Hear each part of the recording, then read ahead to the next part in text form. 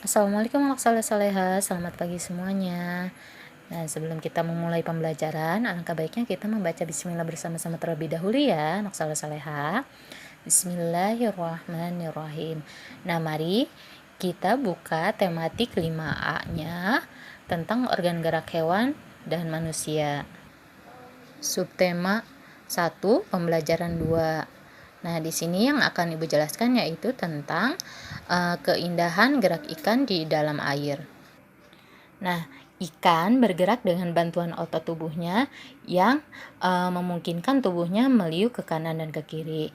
Lalu, apalagi yang menyebabkan ikan bergerak dengan mudah di dalam air?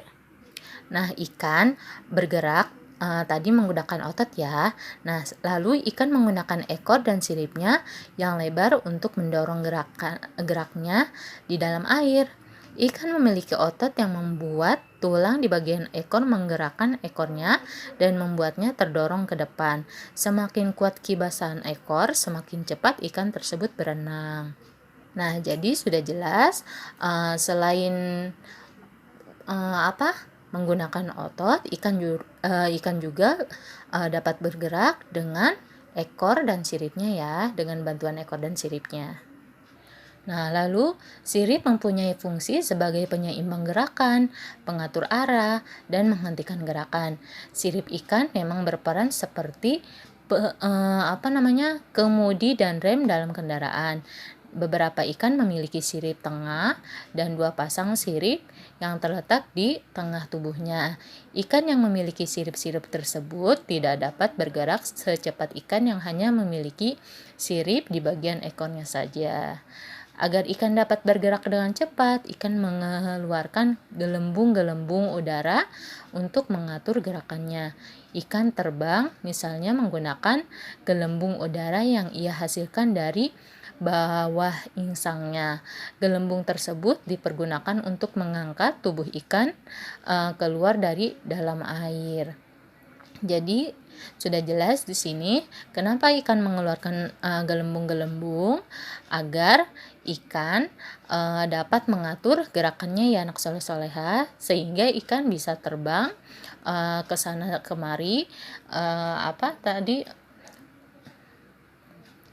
dan dibantu oleh sirip dan ekornya ya, agar bisa bergerak ke sana kemari juga soleh-soleha.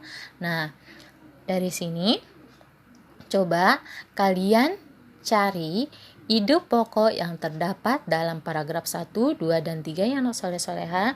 Nah, Ibu lihat di sini sudah jelas ada ide pokoknya masing-masing paragraf. Selanjutnya kita ke gambar cerita. Nah, gambar cerita adalah gambar yang menceritakan tentang sebuah peristiwa. Gambar cerita disebut juga gambar ilustrasi. Gambar ilustrasi bertujuan memperkuat, memperindah, memperjelas cerita yang disajikan. Berikut adalah beberapa contoh gambar ilustrasi. Nah, yang pertama, gambar ilustrasi pertama yaitu ada kartun. Kartun merupakan gambar yang berfungsi untuk menghibur dan berisikan humor. Nah, kartun-kartun ini biasanya kita saksikan ada di televisi ya, ataupun di baik di YouTube ataupun yang lainnya. Yang kedua selanjutnya, gambar cerita selanjutnya yaitu ada komik ya. Komik adalah gambar-gambar yang disusun sedemikian rupa sehingga membentuk jalinan cerita. Komik biasanya berisi percakapan antar tokoh. Nah, komik ini biasanya ada satu buku ya. Satu buku itu misalkan contohnya komik Conan ya, kalau pernah membaca. Nah, komik Conan tersebut biasanya ada satu buku. Terus, nah isinya itu berisikan tentang humor.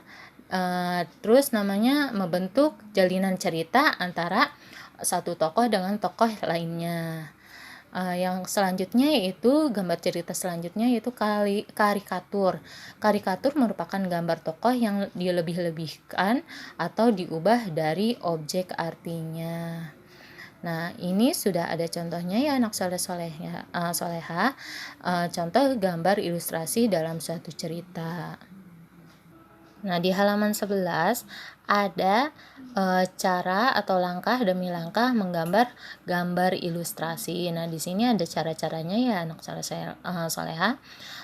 Tidak langsung jadi, tetapi ada tahap demi tahap supaya nanti bisa menjadi gambar ilustrasi yang indah dan bagus ya. Ini ada contohnya. Nah, coba nanti kalian gambar ilustrasi di kertas gambar ya anak soleh-soleha atau di buku gambar tentang dongeng fabel atau apapun yang bisa menjadi ilustrasi ya, menjadi gambar ilustrasi. Selanjutnya kita ke halaman 12, menyebutkan organ gerak dan fungsinya pada hewan vertebrata. Nah, hewan vertebrata itu kemarin sudah Ibu jelaskan ya waktu hari Senin. Nah, hewan vertebrata itu adalah hewan yang bertulang belakang. Nah, coba kalian isi ya. Di sini ada cara hewan bergerak. Yang pertama, hewan hidup di air, cara bergerak, berenang. Nah, contohnya hewan apa saja? Selanjutnya, ada hewan hidup di darat. Nah, cara bergerak, berlari, berjalan, dan merayap. Nah, contohnya hewan apa saja ya? Kalian tulis ya di dalam kotak tersebut. Nah, kita lanjut ke halaman 13. Di atas ada tabel ya, ada nama hewan, alat gerak, dan fungsi. Nah, coba kalian cari contoh hewan vertebrata atau hewan yang memiliki tulang belakang dan hewan yang tidak memiliki tulang belakang atau disebut juga dengan invertebrata. Nah, tetapi kedua golongan ini tentunya memiliki cara bergerak yang berbeda. Namun, fungsi utama organ gerak pada kedua golongan hewan tersebut sama-sama berfungsi untuk berpindah tempat. Nah, jadi kalian nanti cari masing-masing 4 aja ya anak soleha. Jadi hewan vertebrata 4 contohnya. Di sini kalian nanti tulis nama hewannya apa, alat geraknya apa, dan fungsinya dari alat gerak tersebut apa. Nah, selanjutnya kalian juga cari contoh hewan invertebrata ya, hewan yang tidak memiliki tulang belakang, juga 4 ya anak soleha. Nah, sama seperti tadi vertebrata, nama hewannya apa, alat geraknya apa, dan fungsi dari alat gerak tersebut apa, tulis ya anak soleha. Nah, selanjutnya di paling bawah apa yang sudah aku pahami. Nah, apa yang sudah kalian pahami tentang tadi menentukan ide pokok dalam paragraf yang ada di halaman pembelajaran 2 ya, di pembelajaran 2, lalu membuat gambar cerita. Cara membuat gambar cerita tersebut yang Ibu tadi jelaskan itu apa ya, bagaimana. Terus menyebutkan organ gerak dan fungsi pada hewan vertebrata. Contoh organ gerak hewan vertebrata dan fungsinya itu apa saja. Kalian tulis juga. Nah, lalu di halaman 14, ayo berlatih. Jangan lupa diisi anak soleh-soleha jika masih ada soal atau materi yang belum dipahami, bisa ditanyakan langsung ke Ibu ya anak soleh-soleha. Oke, untuk tematik 5A-nya cukup sampai sini dulu. Selamat belajar, selamat mengerjakan tugas-tugas dari Ibu. Semoga kalian sehat selalu ya anak soleh-soleha. Wassalamualaikum warahmatullahi wabarakatuh.